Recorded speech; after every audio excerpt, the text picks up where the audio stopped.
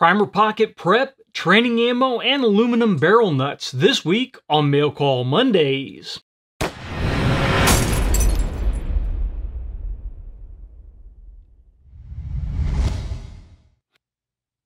Mail Call Mondays is brought to you by Modular Driven Technologies. If you need a chassis system for your precision rifle, check out mdttac.com. I'm John McQuay with 8541 Tactical, and this is Mail Call Mondays, the show that answers your questions about precision rifles, optics, and equipment. Welcome to another Mail Call Mondays, and this Monday we've got a couple of questions. We're going to talk about what the state of things are on YouTube, and then we're going to go through a couple of products that have just shown up that I'm sure you guys are really curious about. So let's start it out with our first question from Gary, and Gary asks, "Hi John, I'm hearing more and more about primer pocket prep and primer seating as keys to making consistent rounds for PRS and long-range field shooting.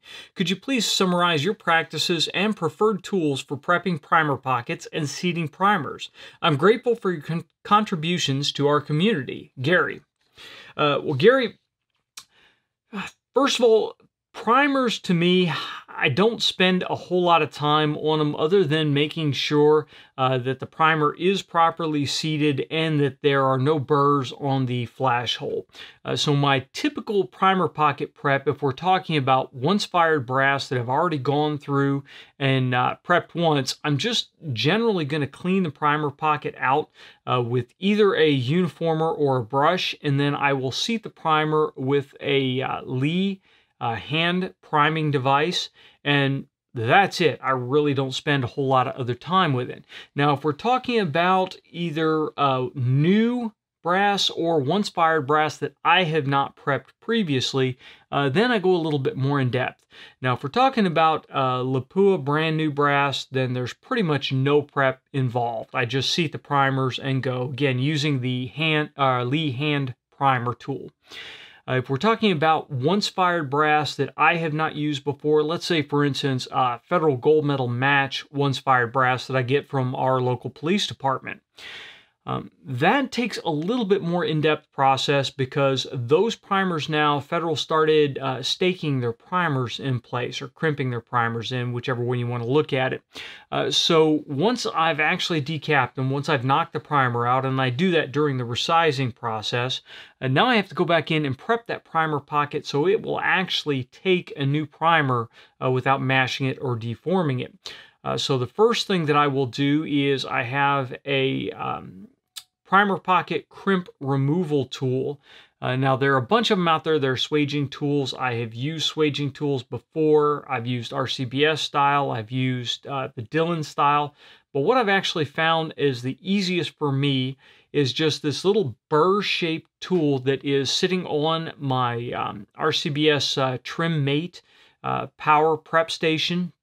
And it will just cut that little burr that the staking tool leaves around the primer pocket. And once it cuts that burr off, then it removes any barrier to that primer actually seating in the pocket. So I'll cut the burr off, and then I will move over and I will use the primer pocket uniforming tool that I have. And I believe the one I'm using is an RCBS. And it will cut that primer pocket to a uniform depth. So if there was any material that was moved around in the staking process, it will cut the primer pocket back to where it needs to be. And in the process of cutting the primer pocket, it will actually also remove all the soot and carbon and junk that is left in that primer pocket. So once I have removed the burr, cut the primer pocket to depth, then I'll turn it around and I will run a primer pocket deburring tool or flash hole deburring tool and cut the flash hole so that there's no burr left on it whatsoever. Because the Federal brass, I've tended to notice it very often has a pretty significant burr on the inside of the flash hole. So we get rid of that. That way that flame can move in a more uniform pattern when the primer ignites. And that is really about it as far as the primer pocket prep. Now, one thing that, if you notice a couple of episodes back that I was talking about, that I was having some problems with our 6.5 Creedmoor Ma-10 and some Hornady brass, is we're getting to the point where primers were no longer staying in, they were falling out. That's a nice thing to know earlier on in the process instead of when you get to fully prepped brass and you're trying to seat primers. So to that end, one tool that I have picked up are these primer pocket swage gauges from Ballistic Tools. Now, I haven't actually used these yet. I just got them in. I'm waiting to get that same Hornady brass freed up so I can go through and use these guys to check primer pockets that I know are too loose. But what they actually are is these neat little steel gauges. And on one side of them, we have a go gauge, and on the other we have a no-go gauge. So I should be able to take this little pocket gauge and fit it in and be able to tell if the primer pockets are tight enough to hold primers again or if they are too loose. So really a pretty nifty setup. I picked these up, I believe I got them from Brownells. We cannot leave the link down below for you YouTube viewers because that's one of the irritations with YouTube's new policy. But we will have a link to our blog post on our website where you can find links to anything that we talk about, regardless of who may be selling firearms or not on those links. So that's one of the ways that we are going to try to fix the current issues that we have going on, but more about that shortly. Our next question comes from Greg, and Greg asks, "Hi John, new to Glocks and to 9mm. Just picked up a G19 Gen 4, wondering about practice/target FMJ ammo recommendations. Brands, weights, velocity. I shot a box of Winchester 124 grain today, and my lower was filthy." Well, Greg, welcome to the world of low-cost training ammunition. I really haven't found any training ammunition that burns really cleanly inside any handgun or rifle. What I use very typically, and just for discussion's sake, I have our Glock 19 Roland Special here with the shield sight and a XH35 Surefire light and a KKM compensator on it. And this guy is generally pretty filthy. In fact, we don't have any soot on the light right now, but very often the light is covered with soot, and pretty much the entire front half of the pistol is covered with soot. And that's the result that you get from training ammunition. Now, very often I'm shooting Freedom Munitions training ammo. They haven't sponsored this video. They have provided us ammunition in the past to test out certain things, and we do have some videos coming forward here soon, I hope, where Freedom Munitions did provide the ammunition for the test. But they're not sponsoring this video here. I'm just letting you know that even when I have to purchase ammunition, I will generally try to buy training ammo from Freedom Munitions because they have fairly good prices, and their ammo has been really reliable for me. Some people out there have reported problems with it, but we really haven't, especially in the Glocks. In my 1911s, they run really well, and even in our ARs, anything in 5.56 or 223 has run very well with the Freedom Munitions 55 grain stuff. Now, specifically for your 9mm Gen 4, I like the 147 grain Freedom Munitions loads because they cycle just fine and they're very light recoiling. So for competition, they are a great option. Now, if you have a compensated pistol or a compensated Glock like the KKM Glock we have here, the 147 will not run. I tried and tried and tried and had all kinds of problems with it. This is 115 grain 9mm, and it will actually run somewhat reliably in the pistol with the factory recoil spring assembly. To try to run the 147s, you really need to drop down to a guide rod and tunable recoil springs and mess around with a lot of that, but it's really a pain in the butt. The 115 seems to run pretty well in it, and that's pretty much what I found with any compensated Glocks, is if you aren't going to go to defensive ammo, then for regular ball ammo, 115 grain seems to be the way to go.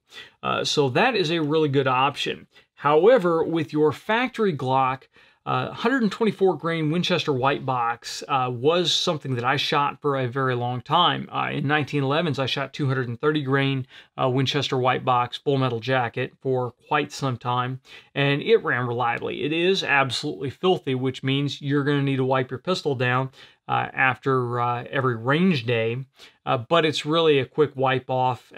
Throw a bore brush through your bore and you're done. It's not that big of a deal. It's not like cleaning a precision rifle where, you know, you may spend half an hour cleaning the rifle up. Cleaning one of these pistols is really just a matter of wiping it down, relubing it, and then they're ready to go. And it's a Glock.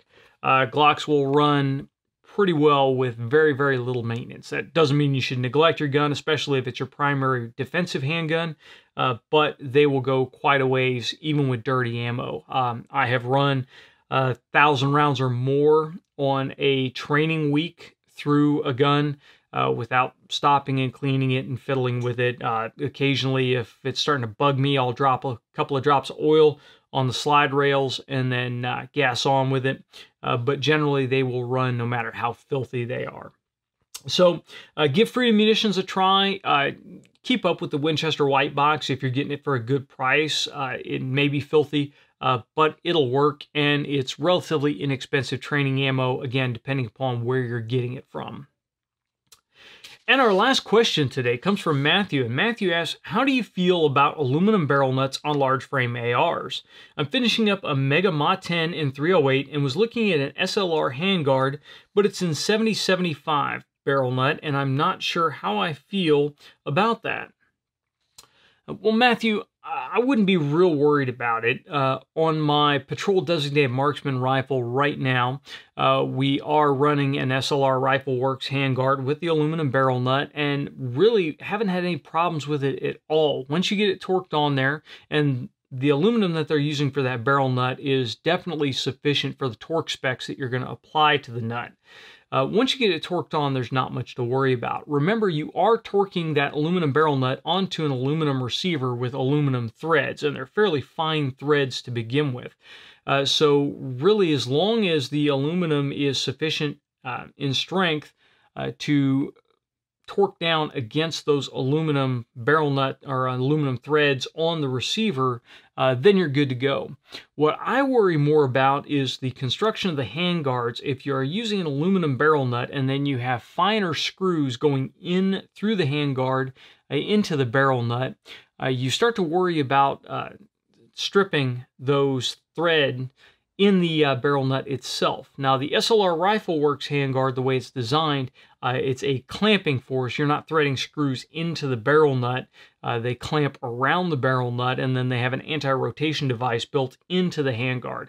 So that alleviates that problem whatsoever, and it doesn't cause me any concern at all about their barrel nut. So if you want to go ahead and use that SLR Rifle Works handguard, rock on. It should work pretty well for you, and don't sweat the material the barrel nut's made out of. They've definitely done their homework and produced a really good product. Well, that's it for our questions. Now we are going to talk a little bit about what's going on with YouTube. Now, those of you guys that watched the last couple of videos that we put out, I was very frustrated with YouTube because we go over and above to try to make sure that we have family-friendly content. We don't cuss. I hardly ever drop any of the lower-level cuss words on the show, and I really try to make this something that you can watch with your kids. You can play in your living room. You don't have to worry about what's going to come out of my mouth with little ones running around. And that's really important because I want them to grow up believing that firearms are just a normal part of life. Unfortunately, we are running up against a lot of backlash from YouTube and a lot of backlash from other communities out there that don't want firearms to be a mainstream topic. So YouTube instituted a couple of policies a little while back, and one of the policies is that you cannot have any links in your description down below that go to any companies that direct sell firearms. Well, there are a couple of companies that we are partnered with through affiliate links like Brownells and Midway, and we were dropping links down below to Brownells and Midway, and even before we were affiliated with them, going back some of our videos 5 and 6 years ago, we were leaving links to those companies that allowed you guys to quickly and easily find those products. Even things like the primer pocket tools that I'm talking about here. I would love to be able to just drop a link in the description so you could go find those tools to help you guys out, even if they weren't affiliate links, because very often we're leaving links that are not affiliate links. Well, that violates YouTube's terms of service because they don't want you to be able to quickly jump to a web page that legally sells firearms in a direct sales manner, even though if you buy a firearm online, it has to be shipped to an FFL and you have to do a transfer local to you in your state. That really doesn't matter. There have been a lot of questions over, hey, what legal recourse do I have? Well, the simple solution is I have no legal recourse whatsoever. YouTube is a private platform.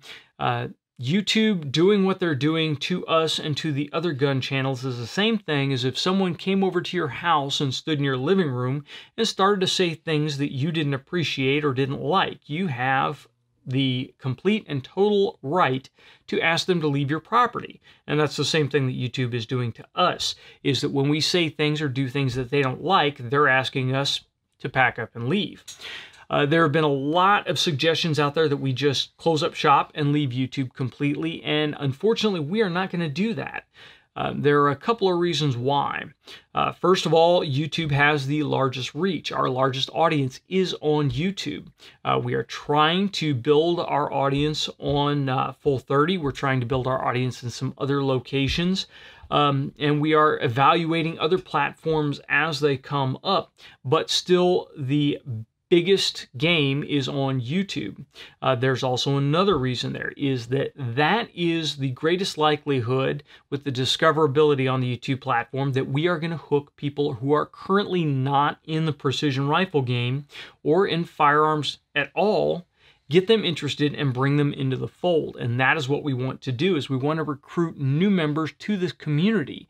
That helps us grow, that helps secure our rights going forward for future generations. So if we all just go to our own clubhouse where it's just guys that are already interested in guns, then that doesn't do anything to attract new shooters. That doesn't do anything to expand our audience. So it is really vital at this point that we stay on YouTube and we fight the fight until we can't any longer. So this has caused us to reevaluate the way we do a couple of things, and it has put some projects on hold. For instance, I still have the ultimatum deadline action sitting here. We have not gone forward with the build just yet, and that's because we're trying to evaluate how we can do this and comply with YouTube's policies, because one of the other issues is we cannot do firearms manufacturing videos. Now, the definition of manufacturing is fairly loose. As far as the ATF is concerned, this has already been manufactured into a firearm. This is a firearm the way it sits right here. So attaching a barrel and a stock and a trigger to it is not manufacturing a firearm. Now, if I did so for commercial sales, that would be manufacturing a firearm, and I would have to become a manufacturer in order to do that. But obviously, we're not building this to sell it. We're building it to show you guys how to put it together and to take it out and shoot it. So the question would be, would YouTube see that as manufacturing a firearm, and would we get our second strike? Now, we already have one strike because of links, I believe. I haven't been able to get any answer from YouTube whatsoever on why we received a strike, just that we violated their policy. So a second strike would mean that we wouldn't be able to upload new content, and that really would hurt us, because that would mean you guys would not have Mail Call Mondays for about 3 or 4 months, and that's not acceptable to me. We lose our voice, we lose our ability to communicate with you guys, and so we do kind of have to skate on thin ice at this point in time. That may cause us to go ahead and do this build video, get everything set up, and publish it on Full30, publish it on Facebook, and then just hold it and not publish it on YouTube until after our strike expires here in about 2.5 months. And then we're free to publish it, and if it gains us another strike, then we just roll over and start fresh again. So we're still evaluating that. I'm not sure exactly how that's going to go. The publishing it on full 30, that probably is going to go down because I really don't want to wait any longer. These manufacturers have sent parts to us. They have really helped us out, and it's not really fair to them for us not to put this thing together and get them some exposure. So we'll see how that goes going forward. It's very difficult for me because I put a lot of time and a lot of effort into this, and YouTube is a big enough entity that they really don't have to care about the little guy. They can stomp all over us, and if they crushed me, deleted my channel from YouTube, there's really somebody else that's going to fill the gap and step up. Maybe not for you guys, but as far as YouTube and as far as their financials are concerned, they don't care about me at all. In fact, you guys notice that our subscribers right now, we're sitting somewhere in the mid 80,000 on subscribers. I have to break 100,000 subscribers before I even have a personal contact at YouTube who I can call with these problems. So at this point, we don't even have a contact at YouTube, even though we're not what I would technically call a small channel. We're not a big channel either. Until we break that 100,000, we don't get the benefits of being able to actually call somebody and say, hey, what's going on? Why are you doing this to me? So, little things. And of course, there is the mental aspect of that. I put a lot of time and effort into this, and then just to be smacked down with no answer or no reason why, it really kind of climbs into your mind and goes, well, hey, why am I continuing to do this? But the answer to that is really simple. I look in the comments down below. I read the emails that you guys send me, and the answer on why I do this is you. You guys are watching our videos. You guys are supporting us. You guys want more content. That's why I'm doing this, and that's why I'll continue to do this. Even if YouTube kicks us off, we will just go somewhere else, and we will continue to do what we do. So don't worry, we're still going to be around no matter where, but it's really, really important for you guys, even if you have no intention of going and watching us on full 30 right now, even if you're watching us on YouTube, please go to full 30. We'll leave a link down below. Subscribe to our channel on full 30. That way, if all of a sudden you notice we disappear from YouTube, you can click over to full 30 and you can check us out there. Now, I realize that full 30 is still growing. There are still some issues. They don't have a mobile app. They don't have a Apple TV app, that kind of stuff.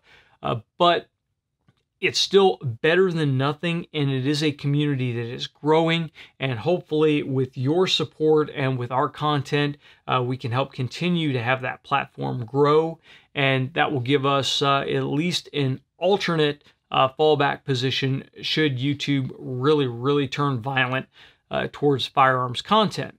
Now, enough of all that other nonsense. If you guys have hung with me this far, here's the payoff. This guy in front of me may look like a regular Remington 700, but it is not. This is a VuDoo Gunworks Ravage V22, and this we have been waiting to get our hands on for quite some time. We talked to VuDoo at SHOT Show. We looked at a couple of their different options there. We finally have one in to play with, and this is an absolutely beautiful rifle.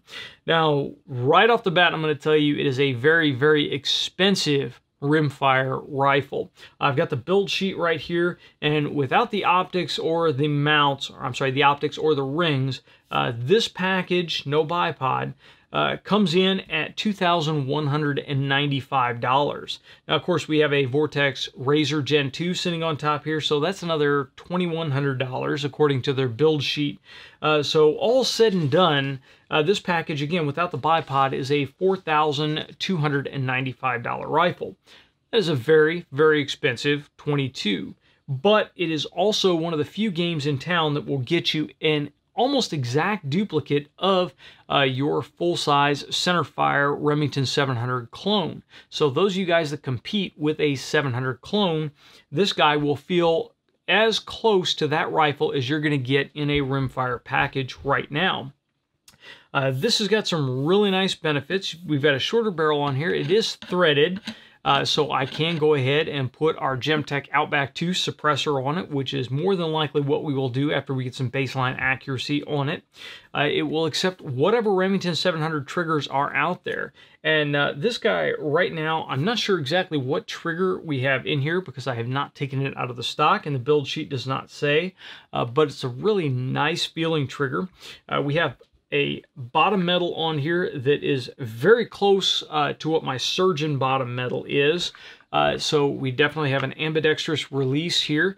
And the magazines on the VuDoo are AICS pattern magazines. Now, obviously, they're not AICS magazines because they are 22 rimfire, but they're AICS pattern. So if I had the desire to do so, I could take this action out of the Graybow stock that it is in right now. This is a Graybow Renegade stock. I could take it out of the Graybow stock. I could go drop it into any of our chassis systems out here, like the MDT chassis, and I can run these magazines in that chassis system because it is an AICS compatible chassis. So that is a really, really awesome option. And by the time we are done reviewing this, we may do that just to prove it.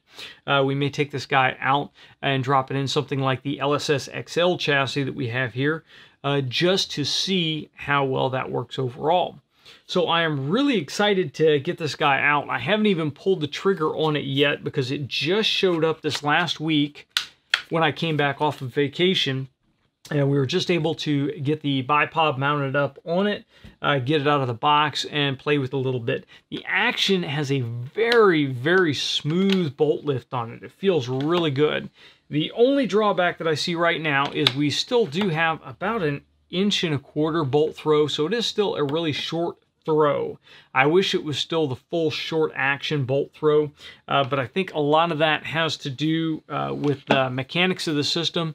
If you notice on the bolt lugs are back here instead of up front like you have on a regular short action. So since our bolt lugs are back here, if we had the regular length of throw that you have on a regular short action receiver, then the lugs would be outside of the action by the time you got to the full rearward travel on that throw.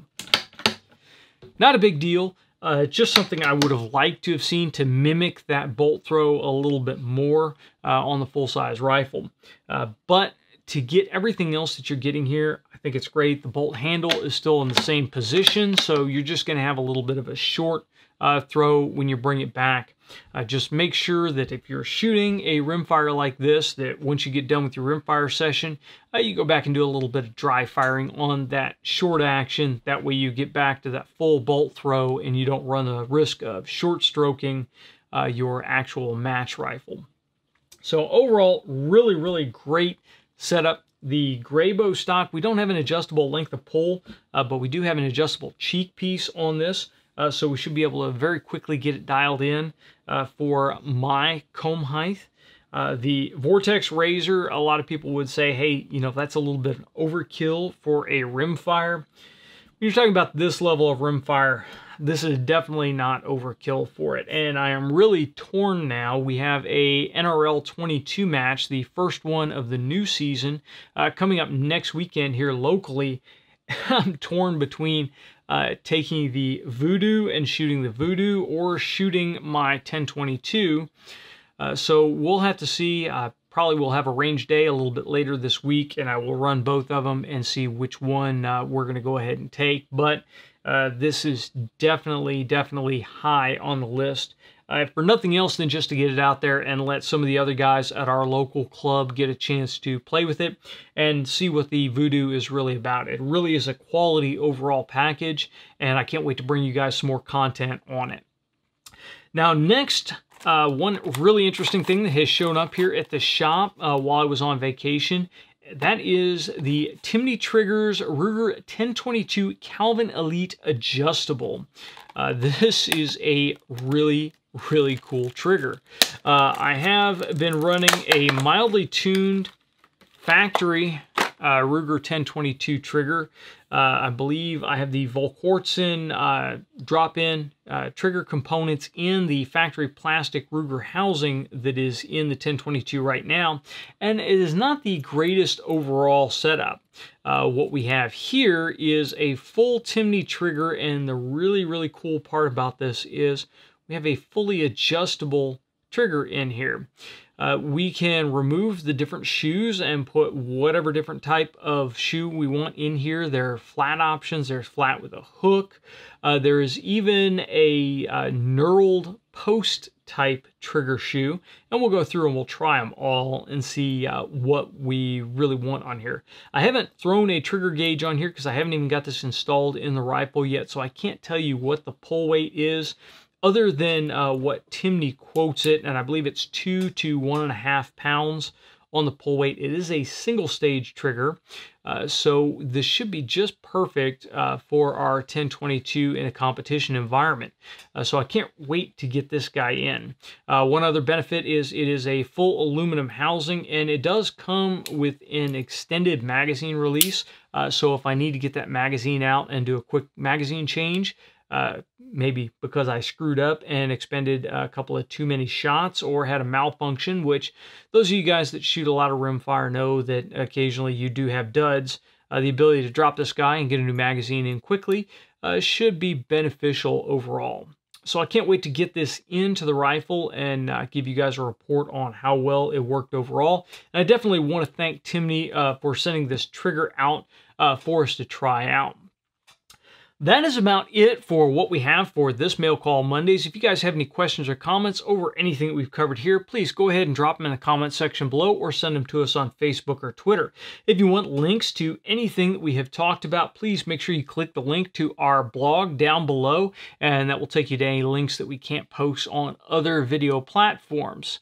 And if you've liked the video, please make sure you like, share, and subscribe. Please consider coming over and checking us out on Full 30. And lastly, I want to thank all of the people that sent questions in today. All the questions on today's show were pulled off of our Patreon page. If you guys want to find more about Patreon and how to support us on that platform, we will leave a link down below. So thank you for watching, and until next time, get out and shoot.